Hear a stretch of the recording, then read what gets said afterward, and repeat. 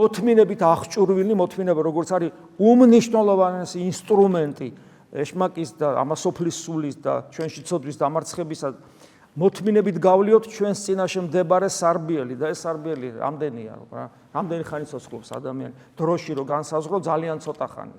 ჩვენ დიდხანს არ ცოცხლობთ. ანუ ცოტა გვაქვს მოსათმენი, მით უმეტეს რომ ჩვენი არსებობა, ყოფიერება ფოკუსირებულია იესო ქრისტეზე. და ესეც ამბობს პავლე მოციქული, თვალი მივაპყროთ იესოს რწმენის წინამძღვარს და სრულმყოფს, რომელმაც ადამიანურად დაითმინა ჯვარი და დაждდა ღვთის ტახტის მარჯვნივ, ანუ ადამიანი აიყვანა იმ სიმაღლეზე, რომლის წარმოდგენაც არ შეგვიძლია, ოღონდ ეს თვალის მიპყრობა იესოზე ხდება ჩვენს შიგნით. ეს არის კულტურა ქრისტიანისა, რომელიც აუცილებლად უნდა ჩვენ საკუთრებად იქცეს.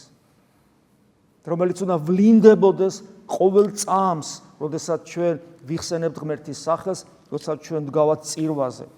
და გვახსოვდეს ამავე დროს, რომ ეს არის რთულად მისაღწევი მდგომარეობა, რომ ჩვენში ქრისტე ვიპოვოთ.